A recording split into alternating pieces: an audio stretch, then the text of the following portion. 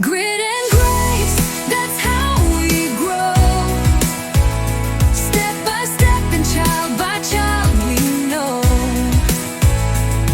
There's power in the words we say. We lift the voices, light the way. Grit and grace, it's a journey we all share. For every child everywhere.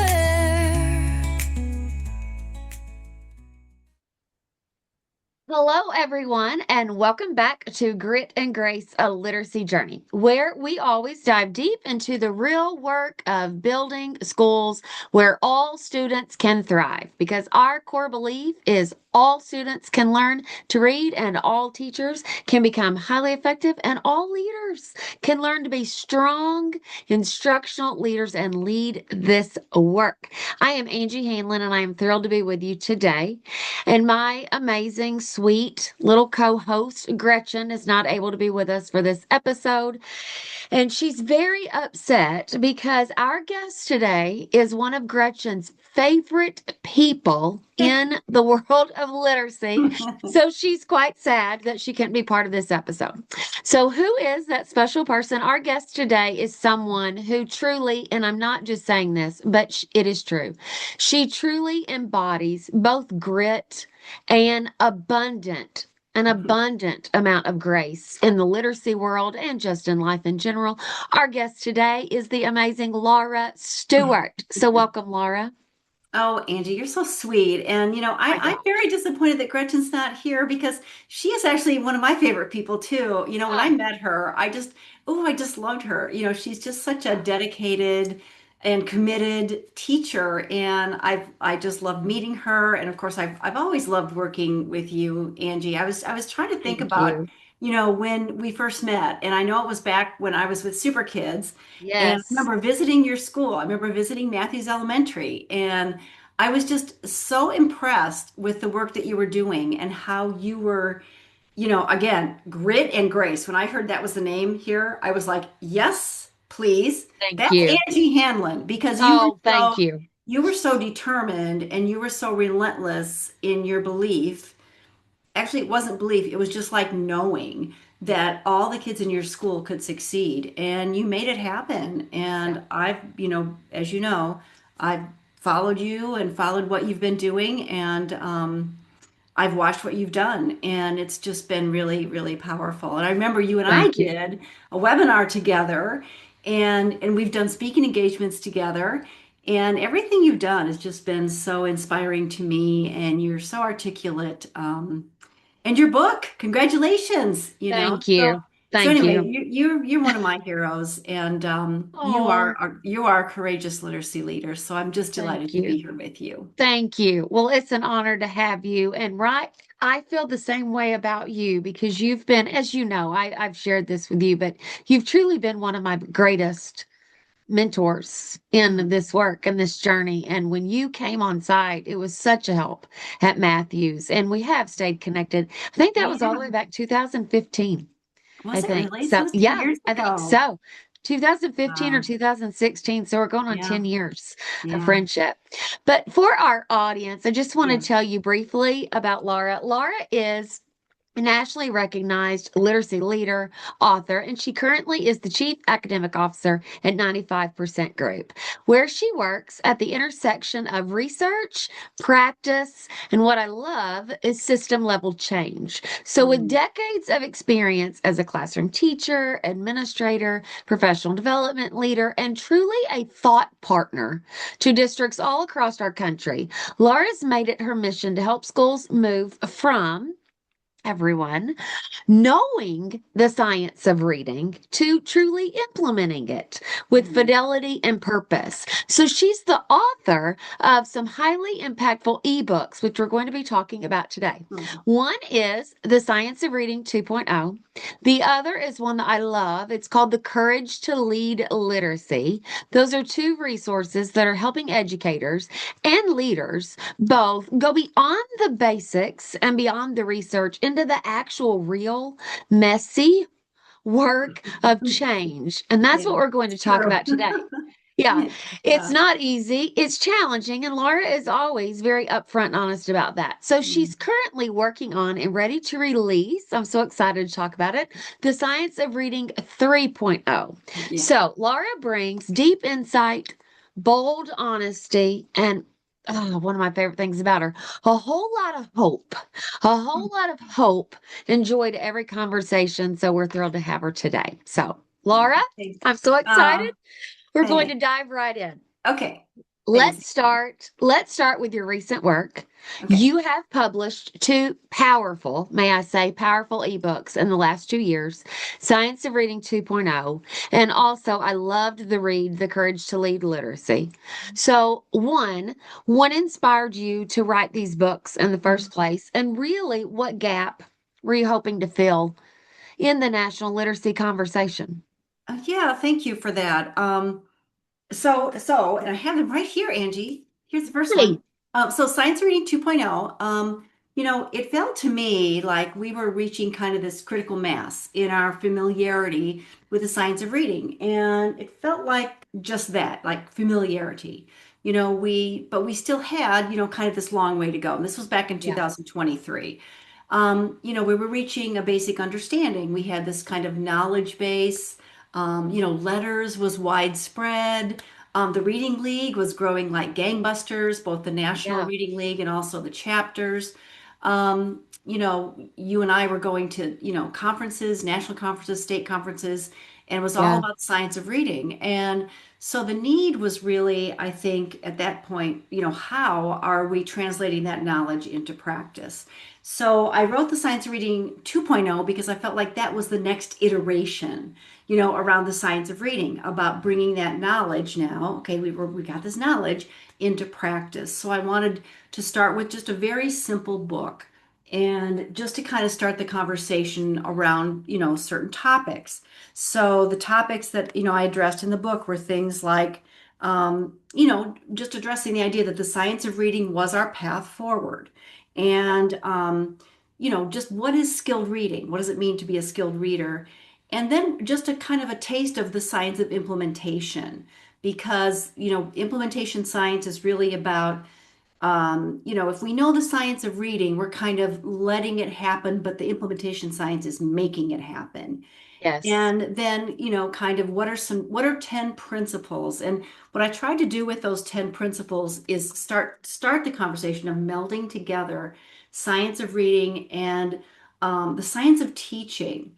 And what I wanted to really elevate there was Barack Rosenshine's work on his research on best practices of instruction, because I think Barack Rosenshine is one of the best but least known yeah, bodies of research around instruction. And for any of our listeners who don't know, what he did is he really looked at not just the cognitive science, but he looked at what do good teachers who are getting good results with students, what do they do?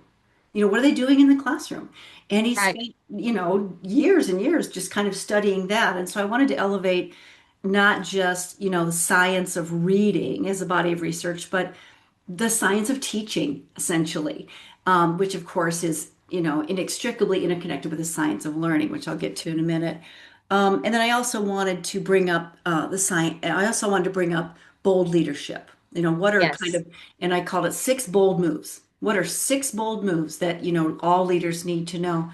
And then the last thing I did with Science Reading 2.0 was how do you optimize your investment? So if you're a leader and you're making an investment in the professional learning and in resources, what do you need to know? So it's just kind of a simple, let's start moving the conversation from knowledge to practice. yes, Um, Now, just to also though bird walk off that for a minute and say, it doesn't mean that in, 2 years ago that we all were all in on the science of reading. You and I both know that there's still places we go and we start talking about the yes, science of reading. People are like, what? yes, And or there's places now, I don't know if you see it, but places we go now where people are saying, didn't we do that? Or, yes, aren't we over that now? Or, but I just felt like we were at a little bit of a tipping point where we needed to start really moving into practice. So that's why I did that. But that really, I think, got me very curious and interested. And I think I saw more interested with people I was talking to around implementation.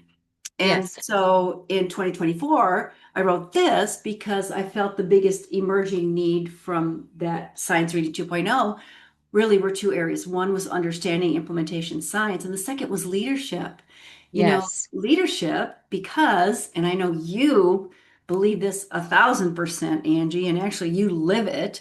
Thank you. It's clear that without leadership, Oh, any initiative will not take hold, nor will it sustain. I mean, it will not. You're right. It will not. It will not happen without strong leadership. no, it No. won't. And I mean, you know this that it's really hard to get principals to stay or superintendents to stay.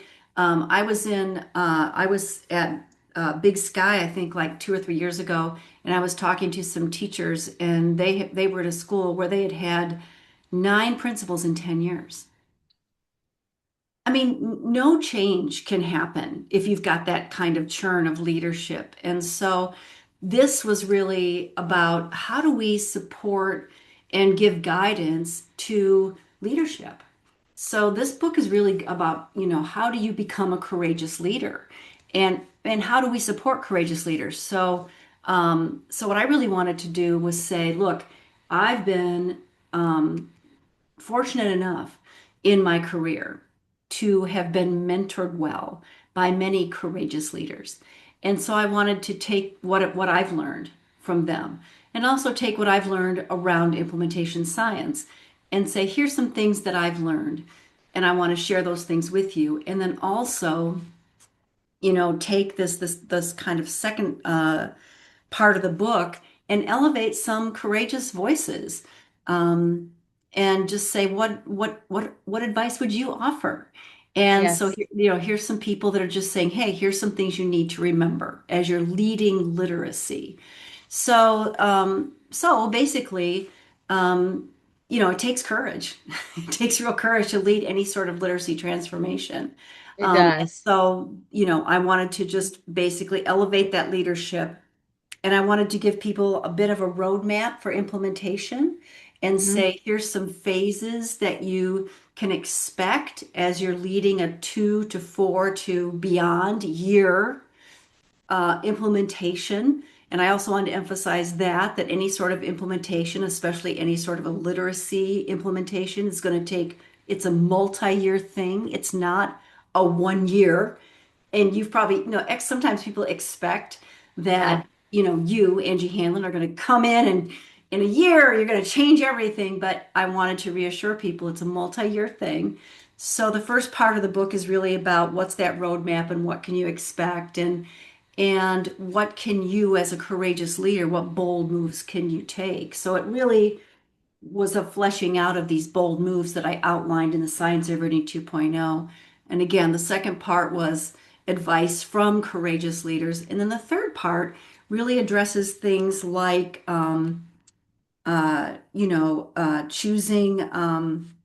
choosing resources. And Mitchell Brookins wrote a piece on, culturally responsive resources, and Antonio Fierro wrote a piece on multilingual learners, and just some additional resources, things that as leaders we need to just kind of keep in mind. So the idea was to promote guidance, but also give people some, a bit of a roadmap to think through.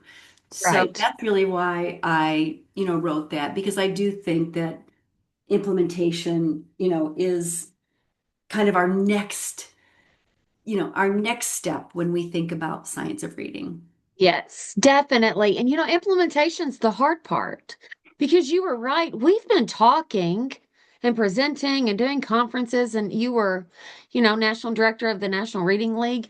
And we've been talking about it, but people were getting the knowledge. But even having the knowledge, there was still, I feel like, that implementation gap.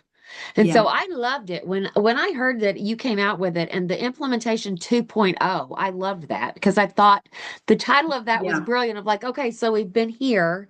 Hmm. Now let's take it, to the next level. But Hmm.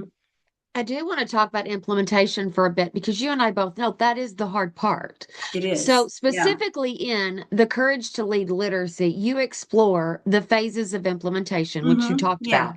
Yeah. So, I want to ask, what do you see as the biggest barriers that Mm. leaders face when moving from the Yeah. theory into the actual practice, and how can they overcome it? Well, Angie, I'm sure you could share, I mean, in all the work that you're doing and have done with leaders, I'm sure you could share your biggest barriers from your experience. And actually, I'd love to hear those, but I'll start with sharing mine, and then Okay. maybe you can chime in too. But so I think, and as I've worked, around the country, sharing this book and talking to leaders, I would say one of the things that leaders often name, although once we talk it through, sometimes they kind of calm down a little bit. But one of the things they often say is securing buy-in for change. Yep. And I think it's because we often get complacent in the status quo.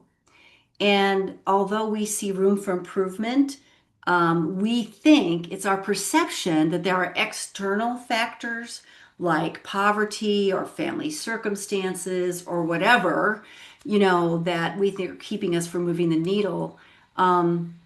But I also think that when we stop and really think about that, and we really think, but are the kids cognitively capable of learning to read? Then we realize Correct. that's not the barrier that we thought it was, right? Right. And I also think that when we think about buy-in, we have to confront those assumptions. Okay, number one, we have to, get those assumptions out of the way. I also think sometimes we simplistically think that if we hit people over the head with research, that somehow they're going to just say, "Oh, okay." But what I've learned is True. that that's just isn't the case. It's not. Just when you say to people, "But the research says," that just doesn't secure the buy-in. I do think having success with real kids, moving the needle for even our most challenging students, that's what really motivates us, Yeah. to see that change is possible. And I think that's what inspires the buy-in. I know I've seen, teachers who are kind of like this, Yeah. when we want to talk about change, because they are just saying, it's not going to happen, it's not going to happen. But when they see another Yes. teacher having success and doing something different, and moving the needle, then they will tune into that. So I think securing buy-in really comes through those incremental steps of success. I also want to say, Louisa Moats mentioned this when I interviewed her for this, is she said, never underestimate never underestimate that you have to have a vision and stick to Yeah. it. And I really believe that, you have to have an exuberant, often repeated vision. Never stop repeating that vision for inspiring buy-in. Yeah. So success, vision, I think that's what makes a difference, not, citing the research. I don't think that makes a difference. Yeah. The second thing I think is a big challenge for people is, and this is another thing that's confronting our assumptions and beliefs. Do we really believe that all means all? Yes. Yeah. 100. I am 100% right there with you on both of them. Yes. I mean, and one thing I've done a lot, quite a few times is I'll have a team of leaders, a group of leaders, and I'll have them just chart. What are the questions we need to ask ourselves? What are the honest questions we need to ask ourselves to be courageous leaders? And a lot of times that's a question they'll write is they'll say, what do we really believe about how children learn? Or Yeah. what do we really believe about children's capabilities? And I give people a lot of credit for at least naming that. But I think that's the question. Do we really believe that Mm. virtually all of our kids can learn to read? Because if we do, Yes. if we really believe that, then we have to ask ourselves, do we have the will and the skill? Right? And can we humble ourselves to admit what we do not know? Yes. I love that. I love Yeah. that you said that. I say all the Mhm. time, I want it all means all exclamation mark. Yeah. But I think that we so often all means all comma. but But so I say that all the time, and I agree with you. It is a big holdup in the mhm, work. And it is. We do need to embrace that they all can, but you're right. Then we've got to humble ourselves and say, okay, so mhm. if we believe that, then what are we going to do? Egos aside, Yeah, egos aside. And I yeah. love what you said too, because I say to teams all the time, we can't throw people at this work and we can't throw this work at people or hit Oh, them that's upside the good. head Yeah, with yeah. it. Yeah, yeah. I bought it when I heard it from Vicki Yeah. Gibson. When she said research says, I was one of those people. Mm-hmm. I was bought in and hooked, and Yeah. I assumed Yeah. everyone would be that way and they aren't. And Yeah. so now Yeah. I've learned, I say to people, let the data do the talking and the Right. convincing because Yeah. that will Yeah. get, and I see that will Yeah. get even the hardest people holdouts to believe it. See, and you're in a good, but see, you're a great example of that because look at Matthews. Yeah, Nobody would have said to you, "Oh yeah, every child at Matthews Elementary can be a reader." Like nobody would have believed it. No, nobody would have believed it, and no. you proved it. And so you are a case study in the fact that, yeah, we should believe that all means all because you could, in your school, all did mean all, right? And Yes. you embraced that and you got your staff to embrace it and you guys drove toward that and you made it happen. And so, it's funny because I was sharing that with somebody not too long ago and they said, well, then should you change the name of your company to 100%? Because the name of our company is 95% because 95. our motto is 95% or more of Right. students, can learn to read. But Yes. they're like, should you change the name of your company to 100%? I'm like, that's actually a good idea. Um, but I do think we have to confront ourselves and say, because, when we don't, um, if we really believe all means all and we're here, Yep. this gap is our gap of opportunity. And Yes. and we get to bridge that gap. We get to, Get to. Yeah, and it's we an and opportunity. we have to. It's our Yes. obligation. Yes. The stakes are just too high. Today our sales leader asked me to write up, just some bullet points on the dire consequences of low literacy or illiteracy. And of course, I just rattled off, Yeah. 85% of our juveniles in the juvenile court system are low literate or illiterate. The impacts of poverty and how many trillions of dollars it costs our country, illiteracy, and how many people end up in the emergency room because they can't take care of their own health care. They can't follow basic medical directions or they can't read a prescription bottle or just, things like that we don't even think about, or child nutrition in homes of poverty and how that impacts brain Yes. development and on and Yes. on and on and on. And so the consequences are dire, and it's not hyperbole to say that we are dealing with life and death situations. And so Exactly. we Yeah. have to, we have to take this seriously. So number two, I think is, do we believe it all means all? Um, I would think the third challenge to me when I talk to leaders is, do they understand that you really have to be in this for the long haul? Um, Mhm. Implementation, if you look at the phases that, are in the book, it's exploration through sustainability. Like I said, it takes I mean, at the very least 2 years, but honestly, really 4 years at the very least, in my estimation, and beyond. And we have to take the time. And you talk about this so beautifully. It's about systems. Yes. It's Yeah. about building the systems, and we have to build the systems to make it happen. And then we have to sustain the systems. Like we can't just build it and say, "Oh, we're done." Like we've Yes. arrived. And we have to invest in professional learning and we have to invest in coaching. And we have to be knowledgeable consumers before we just go out and buy curriculum material. Oh, I mean, I work for a publisher, but I would never say to people, just buy stuff blindly. Like you have to be a conscious consumer. And that takes time to build that knowledge base.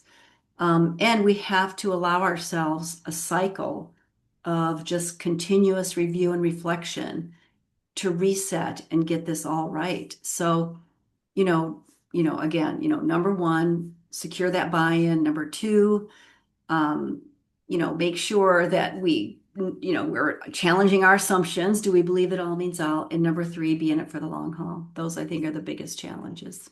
How about I you? feel What like, else would you say? well, I feel like without the systems piece, that it's not sustainable. It Hmm. isn't. And the thing too, we talked, I don't remember if it was before we were recording or just in, I think it was while we were recording.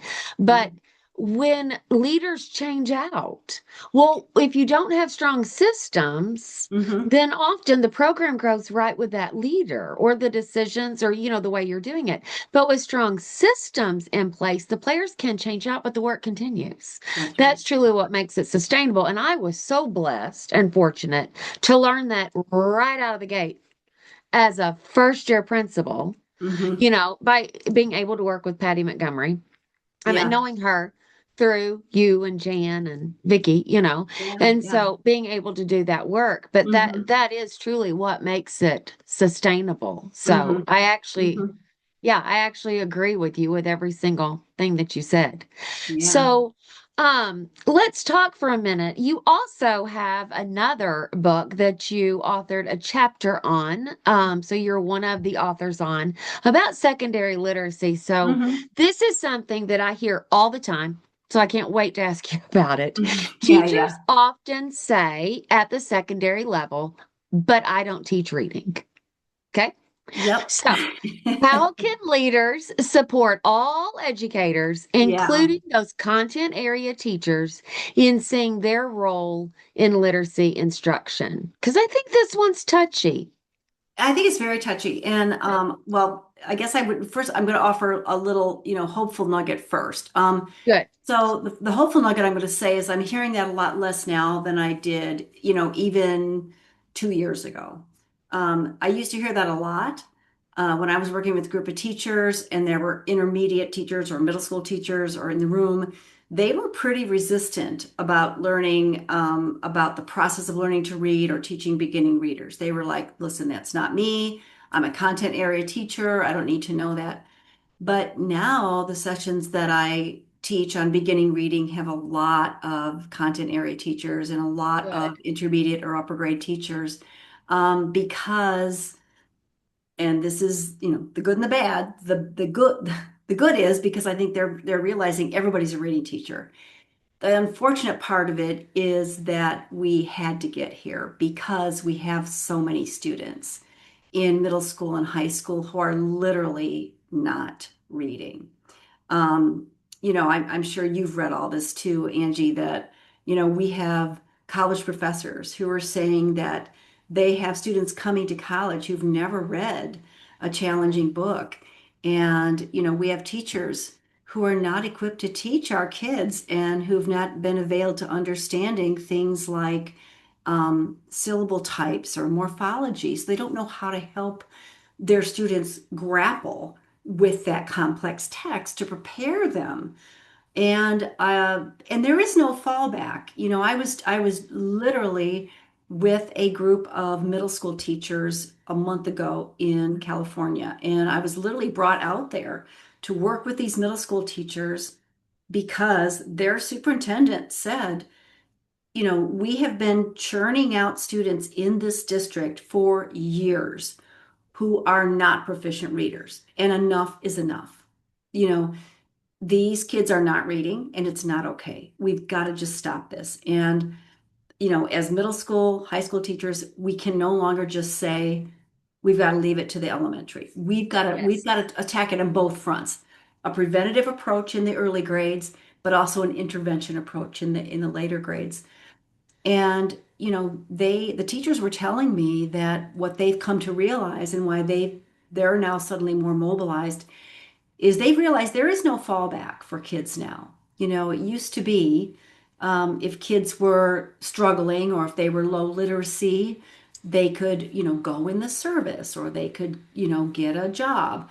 But now, to serve in the armed forces, you have to have quite a high level of literacy. And there aren't any jobs anymore that don't require a pretty high level of literacy. So there's no like fallback. So the demands of our society are that we be literate citizens.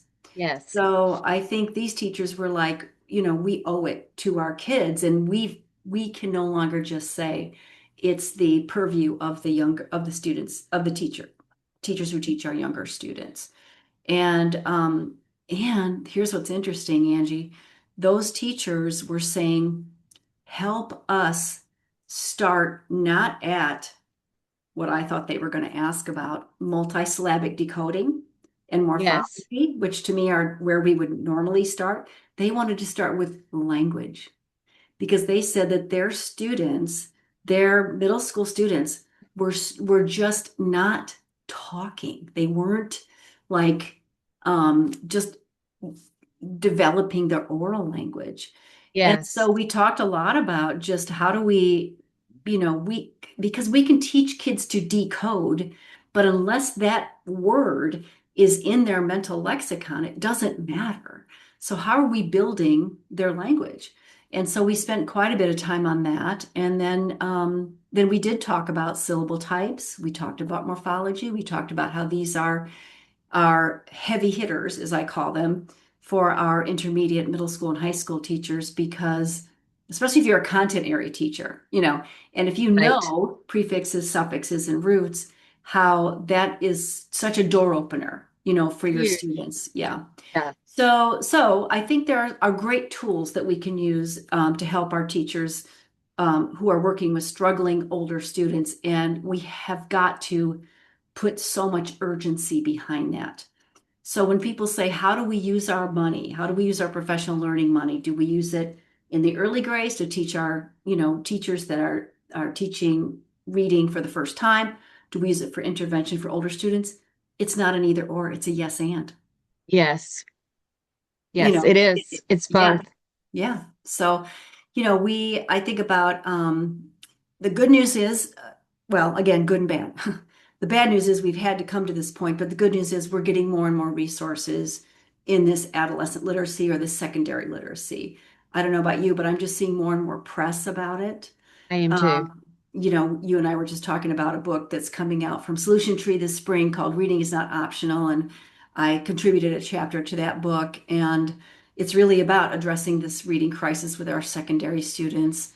You mentioned I work for a publishing company called 95% Group, and we are developing an adolescent literacy solution, which is, putting together some resources for our teachers to help teach our students, that are struggling at these higher levels with this high interest decodable text, along with Yes. morphology and multisyllabic decoding to help bridge that gap. So I think the attention that's now being paid is good, and we have to do it. I wish we didn't have to, but we do. And so we have to just think about what we've learned about the science of reading, what we've learned about implementation, and now we have to make sure we're really addressing that across all of our grades. Beautiful. Is there anything you'd add to that? Because I know Oh, you say this all the time. I can't wait to read that. I've been saying a lot. So, as you know, I'm doing a lot of work right now in and around the New York area, New York Yeah, State. right, And the yeah. oral language is something that popped up because Yeah, I thought they would ask about multisyllabic words. That was what I was prepared. That's what I was prepared to answer questions on. yeah. And Hmm. so then we have found, and then by going in their classrooms, because I was training them in the beginning, Yeah. multiple teams, but hadn't gotten in the classrooms yet. Hmm. And then I got in the classrooms, and but there was also no conversation happening. There wasn't discussion either. And so I'm like, we've got to get that discourse, the That's conversation right. around That's text. right. We've got to get language Hmm. started. And I think they had gotten to a place and they had kind of, because they hadn't focused on, you know, like you had talked about the implementation science piece and the Hmm. science of Yeah. teaching, they Right. weren't providing true explicit instruction. Hmm. Lots of lectures, so the students weren't having opportunities to Yeah. talk.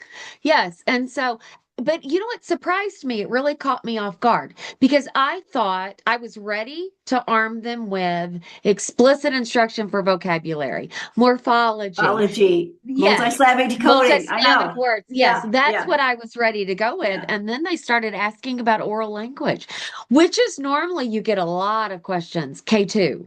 Yeah. Lower Yes. level. That's, Yes. yeah. And so it's been fascinating for me. And then it's been great to actually work with them to Yeah. get more language and more conversation Hmm. because their students were so weak in writing, but I pointed out, but they can't even speak it. They're not They speaking it definitely can't right. write it. They, Yeah. they can't even speak it yet Right. in class. They So, don't, they don't, they haven't developed the oral sentence sense. So yeah, how can they demonstrate syntactic understanding in writing if they don't have it exactly. orally?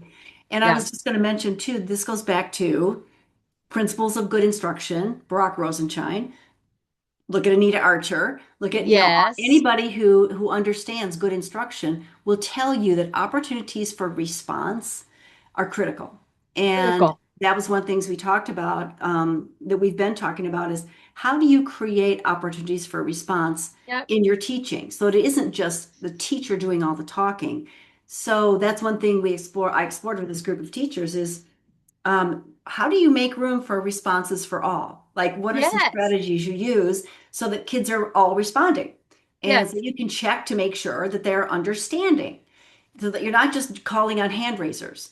So we explored Exactly. a lot of those strategies, and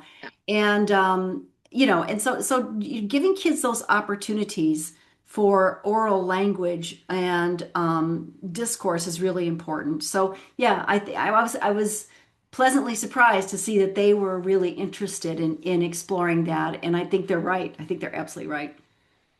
Trained on that today, actually. That's why I was getting so excited. I trained Yeah. a group on that today, on how to embed those choral responses at a Yes. brisk pace. And yeah, went through all Yeah. that today in the turn and talks. I got so excited I could talk about that in itself And, all and day. I kids love and that. kids appreciate those opportunities too. They do. Yeah. They Yeah. do. Yes, Yeah. they do. Well, and what I found too is one of the problems the teachers self-identified, which is one of the reasons they wanted to work with me on this was because the kids were coming in with such low levels of reading and they were trying to teach the content, the grade level content. Guess who was doing all the reading? The The teacher. teachers.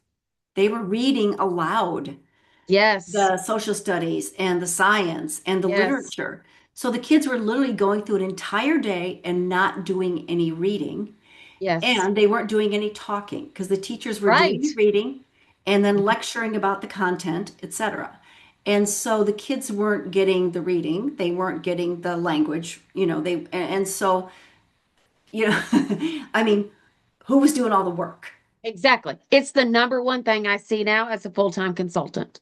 Yeah, It's really. the nu- it is. It's the number one thing. And so Yeah. now I tell principals when we go and when I'm going to get my baseline before I start working with the teachers and training them, and I tell them, okay, so I need to prepare you. I'm sure that we won't see students reading. Yeah. Well, and I've had so many say to me, but you're only going to see the reading blocks. I know, Yeah. but go ahead and prepare yourself. And so they're shocked when they Yeah. see it through the eyes of another person that's there, Yeah. that they're Yeah. shocked by that. Yes. Yeah. But you mentioned that the Science of Reading 3.0 is still in works, but Yeah. it's ready. It's ready to come Yeah. out. Yeah. Yeah. Yep. Can you give us then a little bit more of a sneak peek into what Yes. you're focusing on and why Yes. those areas? So I am so excited about this book, Angie, I gotta tell you.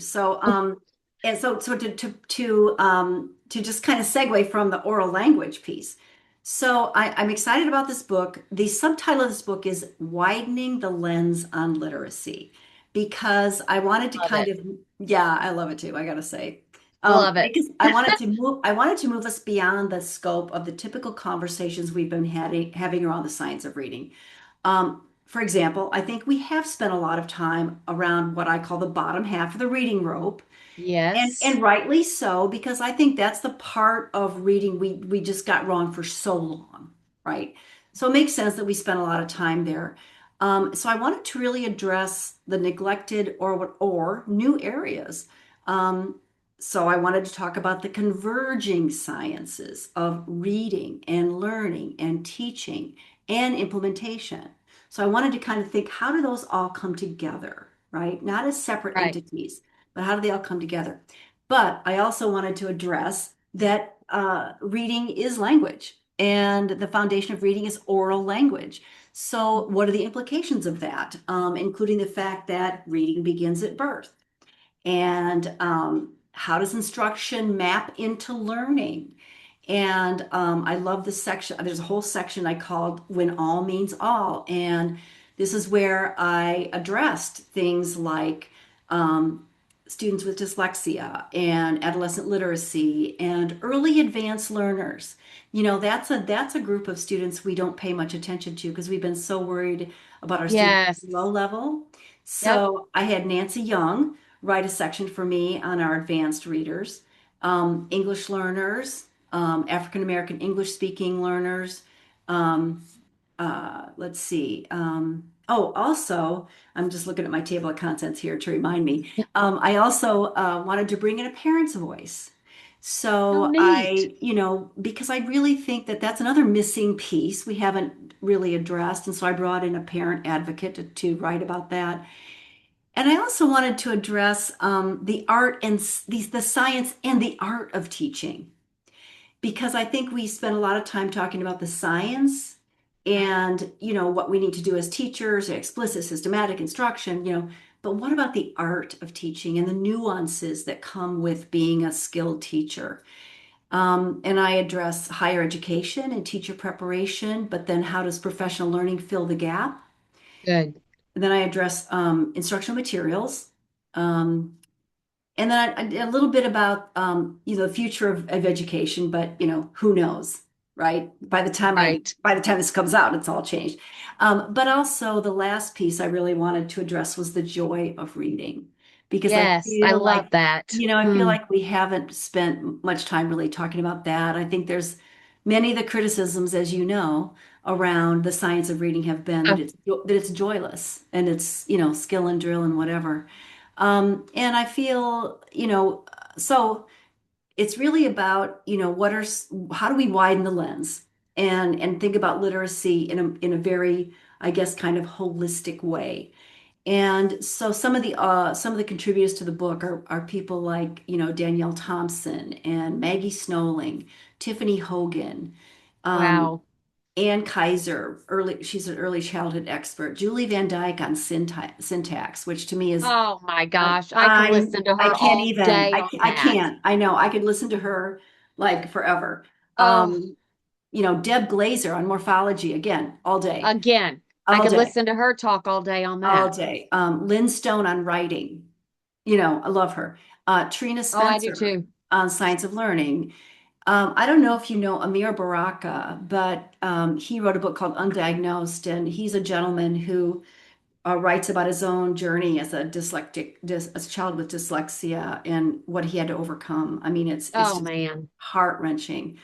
Nancy Young, as I mentioned, on advanced learners, Antonio Fierro on multilingual learners, Ramona Pittman, Brett Tingley wrote about parents, Tim Odegaard wrote about higher education, Amy Elliman wrote higher education, Louisa Moats, Wow. Terry Noland. So really, just a lot of people's voices that really are speaking about some of these areas that I really wanted to shine a light on. And so, Well, when is so, that available? I can't so wait. I think we're going to soft launch it any day now, just in an Okay.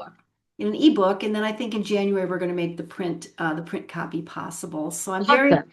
Angie, as you know, I've had a long career, Angie. I've been, I've been doing this. I'm not even gonna And tell it's you. been wonderful. Well, thank Oh, you, you've done but so much. let's You've just done so say, much. Angie, let's just say when I started teaching, high tech was the old overhead projector. Let's just say. Um, so I've been teaching a long. I mean, I've been in education for a long time. So this book is quite meaningful to me. So I'm really excited about it. I'm so thankful you wrote it. So, this episode will come out on Tuesday, January 6th. So, it should be perfect timing then. I think so. I think Yeah, so. Yeah. Yeah. that's outstanding. And Yeah. I love that you included the joy of reading. And Oh, it's such a thanks. refreshing and human part. And you always bring that in. I mean, the human Oh, part, the thanks. human Thanks. side of the Yeah. conversation. Thank you. Um, why do, though, you believe that joy, I'm going to say, deserves a seat at the science of reading table, especially now and all that's going Yeah. on. Yeah, why You now? know, well, thank you for that. We've taken reading instruction very seriously and rightly so, because, we have way too many students who are not learning to read. Yeah, Um, but the downside of that has been some criticism that the science of reading has taken the joy out of reading. As I mentioned yeah, before, that somehow it's drill and kill and it doesn't nurture the love of reading. But one point I try to make in the book, it's not either or. it isn't. We want students to read joyfully, and to do so, students must be competent readers with accuracy and automaticity and fluency and understanding. And we want classrooms, rich with literature and sophisticated content and complex text. And we need explicit instruction and structured text with incremental steps of success and lots of practice and ways of getting students to that. Um, Yes, so joy and learning walk hand in hand. There's not one or the other. So that's right. the point I wanted to make. And I loved it because you were at my school when I was an Yes, elementary principal, yes. and it was joyful. Joyful. Joyful. I mean, joy was in every room. The kids were loving it because when they learn to read and when they're given the opportunity to read every day, there is joy to Well, that. So, yes, nothing is more joyful than being successful. And yes. there is not a 5-year-old that doesn't come to school expecting to be a reader, Oh, expecting to be a writer. And if we let them down, then that's when they don't experience the joy. But if we help them live up to that expectation, then they are joyful. And it's okay to say to them, it might be hard sometimes. It might be hard for you to learn this thing, yes. but I will be with you. Yes. I will be with you as you learn this. I will help You're you learn just, this. and you're just not there yet, but you'll You're get just not there there. yet. You'll get there. Yes, but Well, you'll I get remember, oh there my gosh, Angie, I remember that one little girl that you had at Matthews that, oh gosh, I can't remember her name, but every day you had her in your office and you would every read with day. her every day. Every day. And you I said to was the her, and intervention person. you just kept saying, I believe in you. I know you Yes. can. I just remember Yes. her. Yes. So she now is a fluent reader, straight A middle school student. And so I gave her a copy of the book It's Possible, and I wrote her a little dedication in it. And she said, oh, when you talk to people, you've got to tell them. Oh, and I get choked up every time I talk about it, but she lived this and she says it all the time. The day is coming. It may not be today, Oh, but you would tell me the day is coming. And she said, and you were right. And she said, and then it got there. Like she made progress. She was making oh, progress all the I way. remember her. I remember Yes. her Yes. And she worked with me every single every day. solitary day. And I stayed after school and worked with her 30 minutes to an hour every single day. Yes.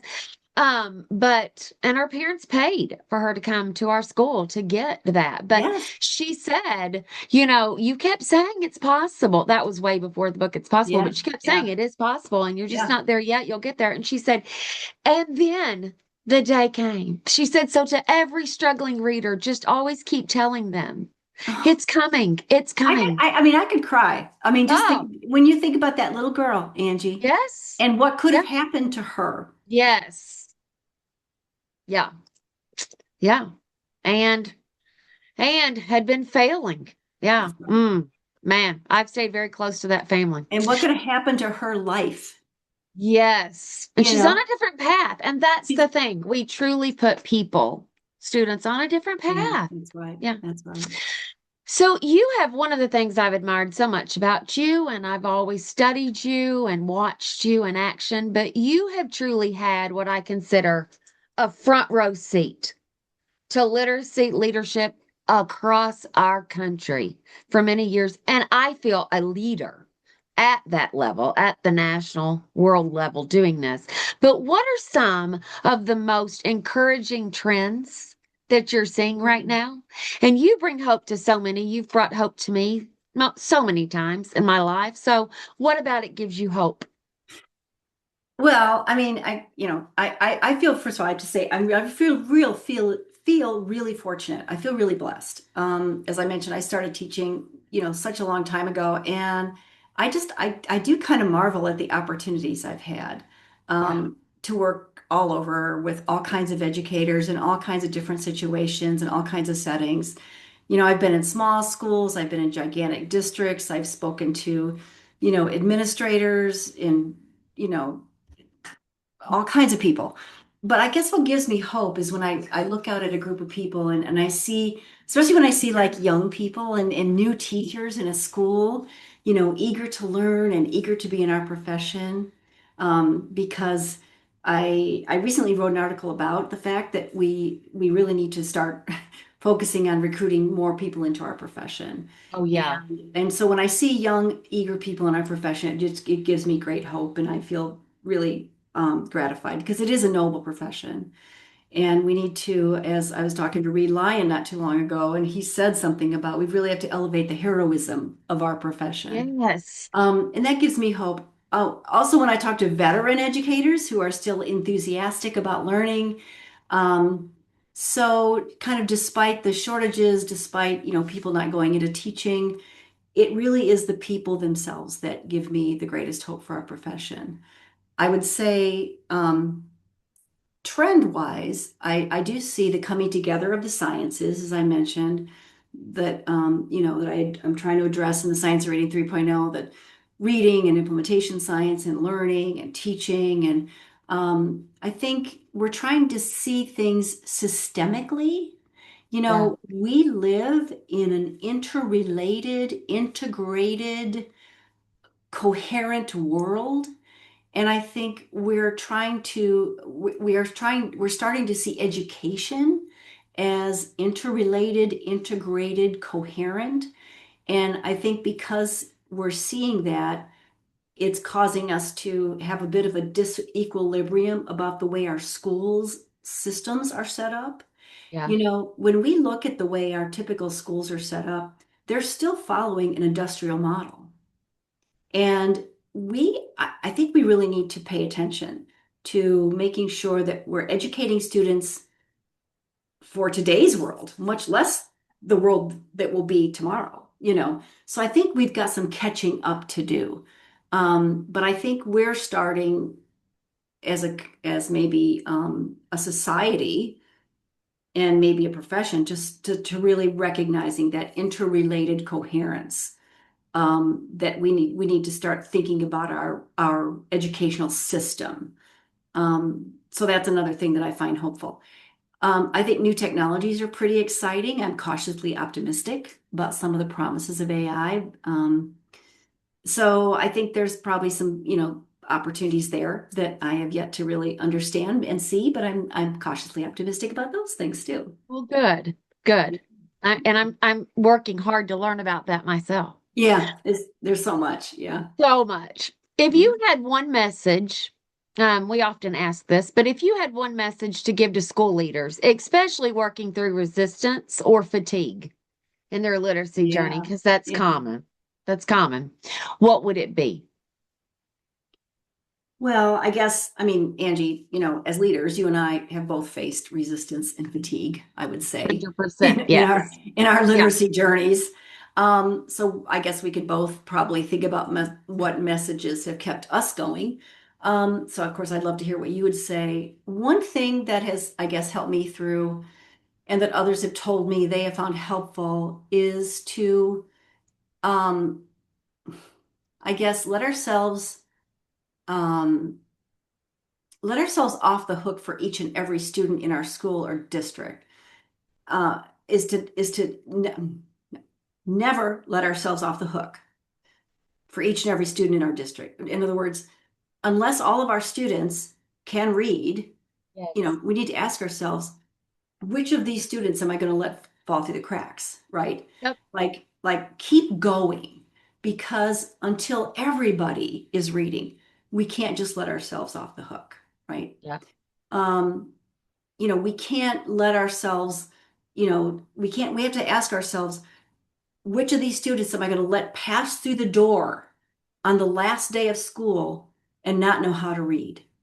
So I think we just have to keep that kind of relentless Yes. vision that we can keep doing this work, right?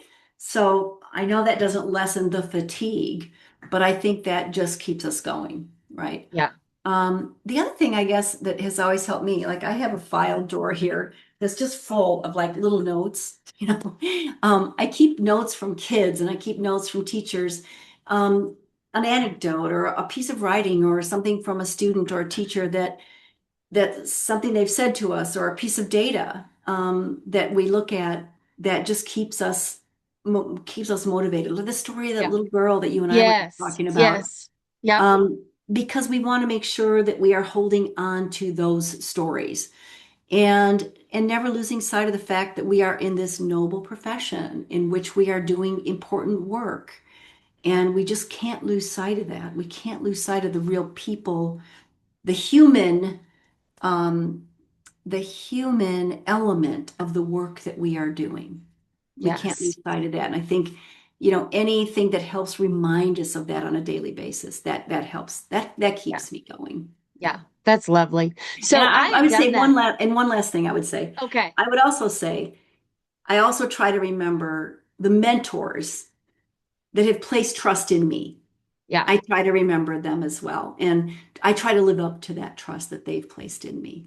Yeah. Oh, that's beautiful. Yeah. So I did that as a teacher, kept that file. And I don't know if you remember this or not, but you encouraged me to do it as a leader, so I started it. And Yeah, I I still have it. have those. I still Yes. have it. Some of them are Yeah. real old, but I still, yeah. I get some now though, some as a consultant, I've gotten a few. I didn't expect that. But some little stories and things that will come up, and kids will say, "You taught our teacher to do, this, and we love it." And I got a Mhm. little note the other day in a school, and I'm like, "Oh my goodness!" So it Yeah, means so much. But there are lives attached to every single thing yeah, yeah, that we're doing. Yeah. yeah, So that's you right. had asked me what I would say. It is don't ever Yeah, give up. Don't ever give up. Because yeah. when I was facing resistance as a leader, Hmm. a lot of what I went through, about you're pushing too hard or this or that, or Yeah, yeah, should we back off? And I said, okay, well, we aren't even to 60% yet. But they're like, but you're beating others and you're growing and so I'm like, yeah, no, but I'm not going to back off. And yeah, remember when we exited Focus School, I yeah, shared I with you, remember. Yeah, people said, "Oh, are you so glad now that you get to like rest and kind of step back from the work?" Absolutely not. I But I know. remember taking someone to that I was kind of arguing back and forth with about it.